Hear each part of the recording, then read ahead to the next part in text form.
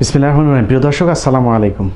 আজকে আপনাদের সামনে যে অনুষ্ঠানটি নিয়ে আসতে যাচ্ছি সেটি একটি ভিন্ন রকমের অনুষ্ঠান। এ ধরনের অনুষ্ঠান আমি এর আগে কখনো করিওনি এবং আমার সাংবাদিকতার জীবনে আমি কখনো এ ধরনের কাজ করব না, কিন্তু আজকে করতে বাধ্য হচ্ছি। সাংবাদিকরা সাধারণত তাদেরকে যারা তথ্য দেন সেই তথ্যের যিনি যোগানদাতা তার পরিচয় নাম সব সময় আমরা গোপন রাখবার চেষ্টা করি। সেটা আমাদের জীবন গেলেও তাকে কেউ বিপদে ফেলুক সেটা আমরা কখনোই চাই না, কিন্তু আজকে একজন তথ্যদাতার পরিচয় আপনাদের সামনে বলতে বাধ্য হচ্ছি। তিনি হচ্ছেন অখিল পোদ্দার। প্রিয় দর্শক, আপনার চারপাশে নানা সমস্যা আর ভোগান্তির চিত্র তুলে ধরবে একুশে টেলিভিশন। আপনাদের দুর্ভোগ দুর্দশায় সবসময় পাশে আছে একুশে টেলিভিশন।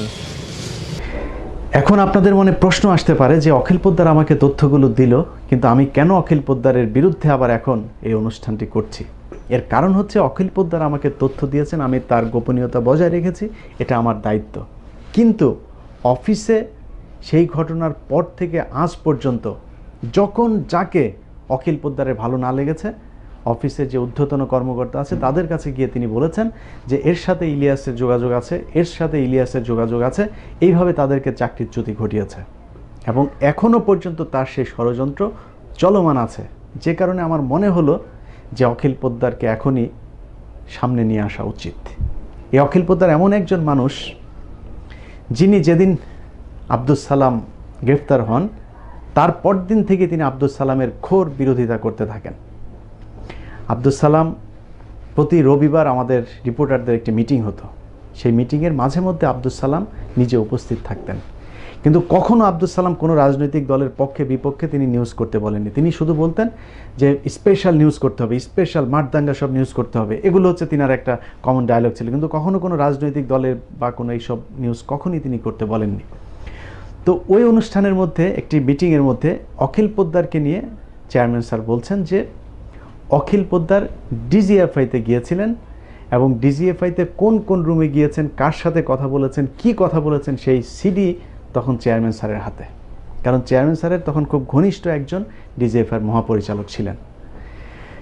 অখিল পোদ্দারকে বলা হলো যে তোমাকে আমি এইবারের মতো মাফ করলাম, তুমি ডিজিএফআইতে গিয়ে বলেছো যে আমি হচ্ছে জামায়াত শিবির করি, তুমি এই অভিযোগ করার পরেও আমি তোমাকে মাফ করে দিলাম, কিন্তু এরপরে যদি এই ধরনের ভুল করো তাহলে মাফ করা হবে না, এটা পৃথিবীর কেউই মাফ করবে না। তারপরে আব্দুস সালাম তাকে মাফ করেছে, কিন্তু আব্দুস সালাম দুধ কলা দিয়ে কালসাপ পুষেছেন।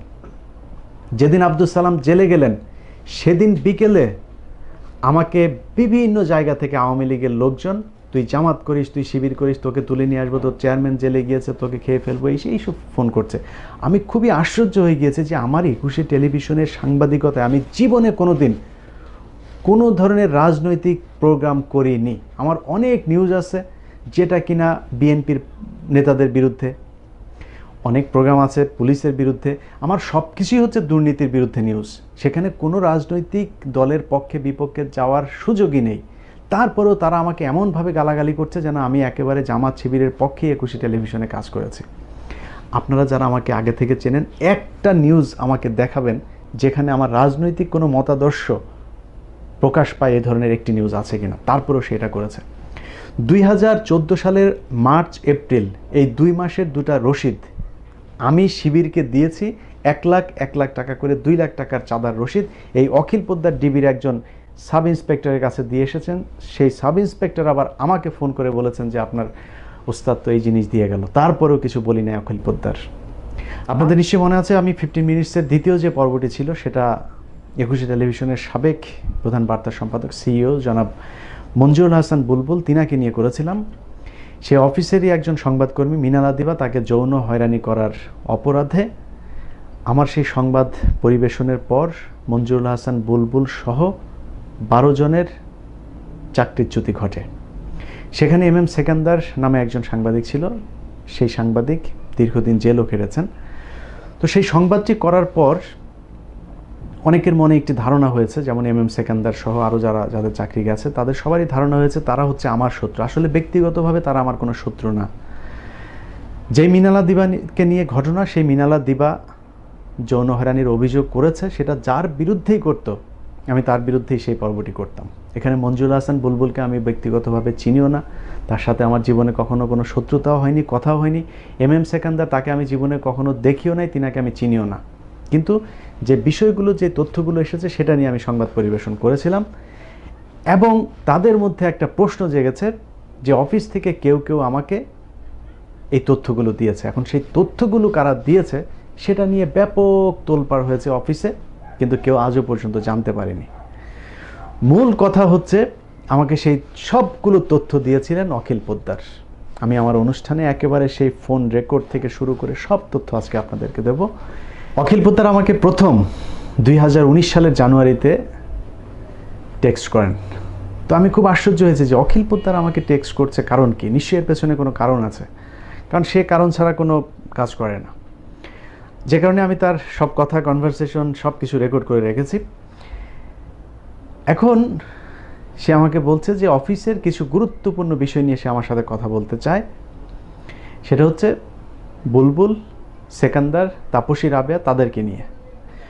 তো সেই প্রথম যে কনভারসেশনটা হয়েছিল সেটা শুনে আসি, চলুন। তো এখানে নষ্টটা করছে একদম সেকেন্দার আর তাপসী, এই দুইটা লোক মিলে হচ্ছে পুরো অফিসটা নষ্ট করে ফেলছে। আচ্ছা আচ্ছা।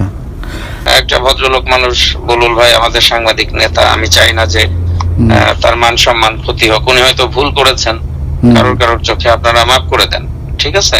তো আপনারা শুনলেন তার আইডি থেকে তিনি বলছেন যে সেকান্দার এবং তাপসী এই দুজন হচ্ছে পুরো অফিসটাকে শেষ করেছেন, বুলবুল ভালো মানুষ, তাকে যেন বাঁচিয়ে দেওয়া হয়। তারপরই তিনি তার স্ত্রীর আইডি থেকে আমাকে ফ্রেন্ড রিকোয়েস্ট পাঠায়। তো যেহেতু আননোন, সে কারণে আমি সেই আইডির ফ্রেন্ড রিকোয়েস্ট অ্যাকসেপ্ট করিনি। সেখানে দেখলাম তিনি টেক্সট করছেন এবং পরপর 2টা ভয়েস টেক্সট পাঠিয়েছেন আমাকে। হ্যালো, আপনি দেখেন তো এটা টের পান কিনা, তাহলে এইটাতে একটু অ্যাড করে নেন এই এসএমএসটা বা এই নাম্বার থেকে, ঠিক আছে? ইলিয়াস, এই নাম্বারটা থেকে যদি কথা বলা যায় বা এই হয় একটু ভালো আর কি। ওটাতে নেটওয়ার্ক দুর্বল, দেখেন তো এটা পান কিনা দাদা আর কি, তাহলে আমাকে জানান এখনই। এবার তার স্ত্রীর আইডি থেকে কি বলে চলুন সেটা শোনা যাক। বললাম না যে লক্ষ্য রাখতে হবে, বড় হয় মান সম্মান, শুয়ে বাচ্চা তো শেষ করে দিতে হবে আর কি, মানে ওদের আর কি বলবো আমি, ঠিক আছে? আমি কালকে গিয়ে ওর সাথে এই করে ডিটেইল করে আমি জানাচ্ছি, ঠিক আছে? ওকে, ঠিক আছে। নিশ্চয়ই শুনলেন, প্রথম তার ফোন থেকে যখন কথা হচ্ছে তার অ্যাকাউন্ট থেকে, তখন তিনি বলছেন যে বুলবুল ভাইকে একটু মাফ করে দেন। তার স্ত্রীর আইডি থেকে যখন কথা হচ্ছে তখন বুলবুলকে শুয়োরের বাচ্চা বলে গালি দিচ্ছে। এটা হচ্ছে তাদের চরিত্র।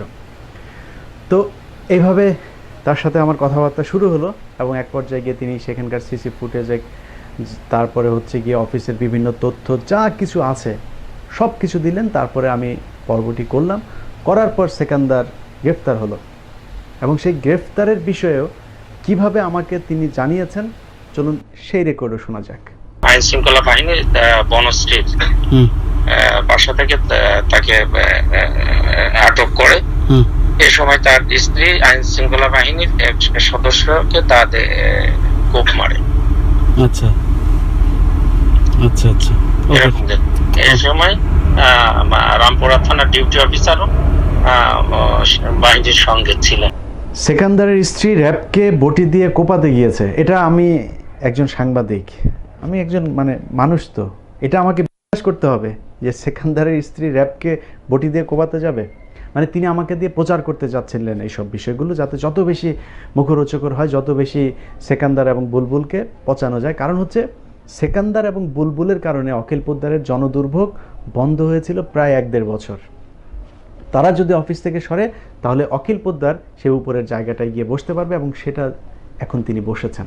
তার কথা মতো আমি সেই কাজ করিনি। তিনি তারপরেও একেবারে একের পর এক আপডেট, কখন কে গ্রেফতার হচ্ছিল, কখন কোন নিউজ যাবে, ইভেন যেই নিউজ 21 টিভি তখনও সম্প্রচার করেনি সেই নিউজের স্ক্রিপ্ট পর্যন্ত তিনি আমাকে পাঠিয়ে দিয়েছেন। গল্প না, ওনার মুখের বক্তব্য আছে। দেখেন ওইটাও পাঠাইছি, তারপরে এই টিভিতে যে নিউজটা যাবে আর কি, সেই নিউজটা এখনো যায় নাই, তার কপি আপনাকে অলরেডি আমি জর্ডানে বসেই দিয়ে দিচ্ছি। তো এটাই হচ্ছে অখিল পোদ্দার। যারা মনে করেন যে অখিল পোদ্দাররা আপনাদের বন্ধু, শুভাকাঙ্ক্ষী, তারা ভুল করছেন। আমরা যদি কাউকে কিছু বলি তাহলে সামনাসামনি বলবো, আমরা পেছন থেকে কারো ক্ষতি করব না। এরা সামনে থেকে আপনাদেরকে বোঝায় যে আপনাদেরকে অনেক ভালোবাসে, আপনাদের পক্ষে কথা বলছে, ঠিক পেছনে গিয়েই তারা চোখ পাল্টে দেয়। আল্লাহ হাফেজ।